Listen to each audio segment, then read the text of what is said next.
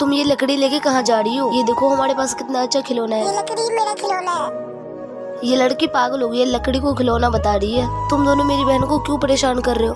चल हट गरीब। अब देखो मैं इस लकड़ी से खिलौना बनाता हूँ। भैया आप क्या बना रहे हो? छोटी, मैं इस लकड़ी से तुम्हारे लिए खिलौना बना रहा हूँ। ठीक है भैया।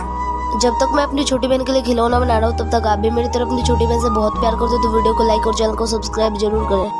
फाइनली इस पे कलर भी कर देता हूँ। अब दोस्तों खिलौना बनकर रेडी हो गया है। वाह भैया ये तो बहुत अच्छा खिलौना है।